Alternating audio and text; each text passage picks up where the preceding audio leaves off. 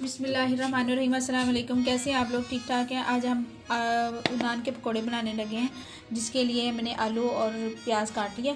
अब इसमें बेसन ऐड करेंगे,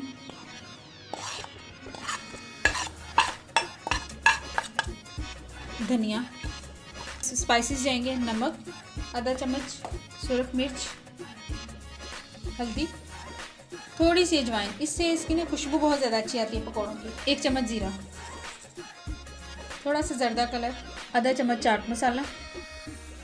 अब इसमें थोड़ा सा पानी डाल के इसको पेस्ट बना लेंगे।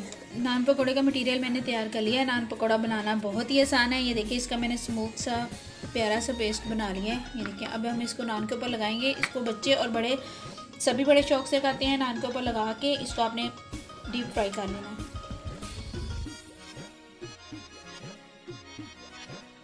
नान को मैंने इस तरह इन पीसीज में काट लिया है। अब इनको जब आपने उसमें डिप करके लगाना है, उससे पहले इसको थोड़ा सा गीला कर लेना है। इसकी अच्छी तरह कोटिंग करके इसको ऐसे डिप करके और ऑयल में डाल देंगे।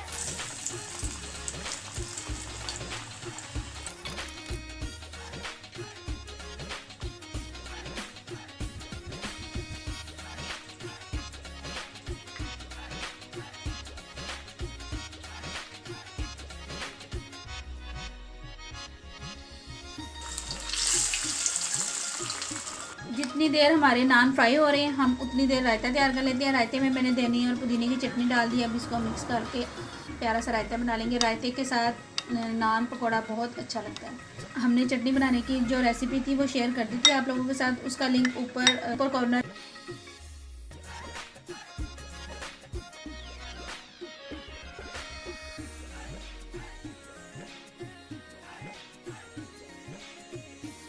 मज़ेदार से नान पकोड़े तैयार हैं। आप लोग भी घर में बनाएं, ट्राई करें और बच्चों को खिलाएं, बड़ों को खिलाएं।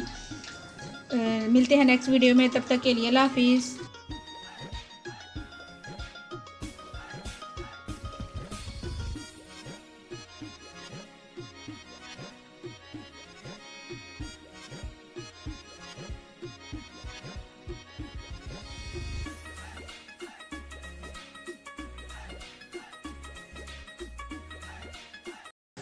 तो इस वीडियो को लाइक करें, शेयर करें एंड सब्सक्राइब करें और बेल बटन को भी क्लिक करें।